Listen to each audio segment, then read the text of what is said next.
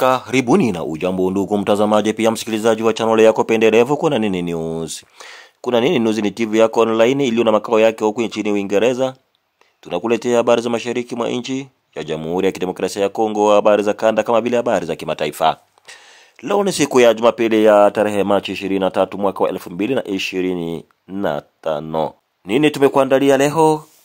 Katika matangazo yetu leo tutazungumzia kuhusu kitangazo kilichosainiwa na kutolewa na muungano wa M23 AFC ambao wote hao wanaongozwa na kushirikiana na RDF, jeshi la Rwanda, kuhusu mji wa Walikale, maskani ya wilaya ya Walikale mkoani Kivu ya Kaskazini.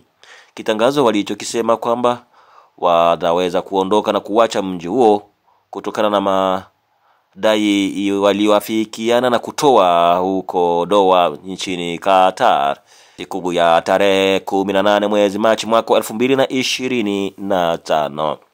Kuhusu kitangazo hicho, jeshi la Jamhuri ya Kidemokrasia ya Kongo kupitia msemaji wake Generali Sylvain Ekenge amesema wamezingatia kitangazo hicho cha AFC M23 RDF, wakisema kwamba wamezingatia katika hali ya uangalifu ili kutizama bila shaka na kusubiria kuona ikiwa utekelezwaji wa kitangazo hicho utaweza fanyika.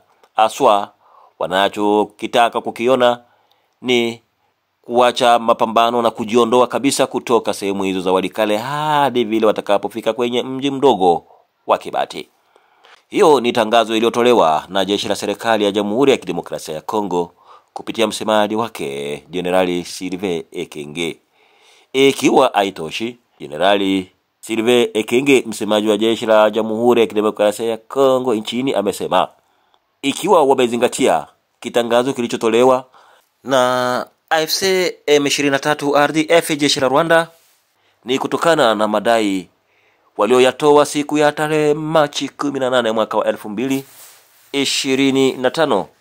Madai yaliyotolewa na maraisi wa nchi mbili jirani wanaovutana, ikifahamika Mheshimiwa Rais wa Jamhuri ya Kidemokrasia ya Kongo Felix Tshisekedi Tshilombo na Mheshimiwa Rais Paul Kagame wa Rwanda.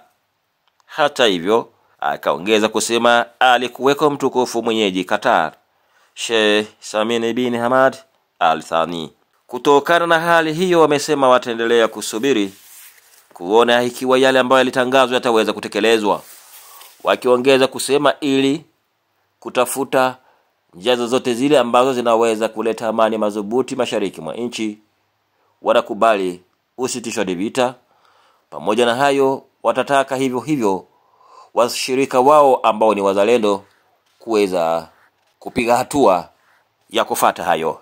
Yaani, baada ya wao kukubali na kuzingatia yale yaliyotolewa kwenye kitangazo cha M23 RDF, jeshi la Rwanda kama vile AFC, wanakubali kuzingatia hayo, na wakisema wataomba washirika wao vile ambao ni wazalendo kuweza kushirikiana nao kwa hatua hiyo. Pamoja na hayo, wamesema licha ya kwamba wataendelea kusubiri kuona ikiwa kitawekwa kimatendo kitangazo chao, wamesema wamejizuiza kwa kujibu kwa lolote lile ambalo linaweza likatokea na ambalo linaweza likavuruge tena mchakato huo wa amani ambao wanahisi huenda ndio unaweza kufikia amani madhubuti, amani ya kudumu mashariki mwa Jamhuri ya Kidemokrasia ya Kongo, kutokana na machafuko yanayoendelea na ambayo yakomi kufikia sasa. Hayo yanashuhudiwa hivyo wakati mji wa Walikale ukionekana kuwa tupu, wakahadi wakiama makazi yao kutokana na hadi ya wasiwasi uliyoikumba eneo hilo. Licha ya kuwa kuna wale ambao tayari wameanza kurejea mjini, kwa kuwa si rahisi watu kuondoka wote au wote kurudi kwa muda mmoja, kwa kuwa kila mmoja ana roho yake. Basi ndugu mtazamaji pia msikilizaji wa Kuna Nini News, hiyo ndio hali ambayo inashuhudiwa katika maeneo ya Walikale baada ya fununu nyingi zilizokuwa zikizungumziwa kuhusu nani anadhibiti, nani amefanya hiki, nani yupo hapo katika maeneo ya Walikale.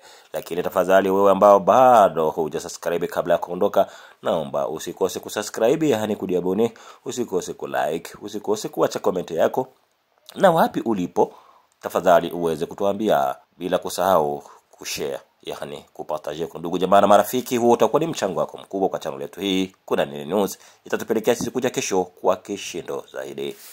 Na ni kufikia hapo ndugu mtazamaji, sina cha ziada bali tuyaachie majira muda.